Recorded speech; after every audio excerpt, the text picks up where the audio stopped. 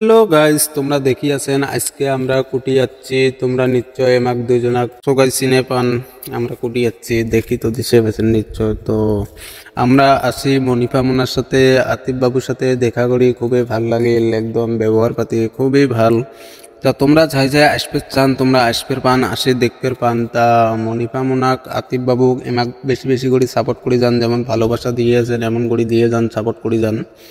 তা মানে আর কি কম কোয়ার মতন কোনো মানে তোমাক মানে কয়া মানে বুঝিবে রবা নং, এত ব্যবহার ভাল। মানে তোমরা যদি কাই কাই যদি আসবে চান, তোমরা আসি দেখা করবে পান, কথা কবার পান। মানে খুবই একটা ভাল লাগিল, ব্যবহার গেলে সেই ভাল।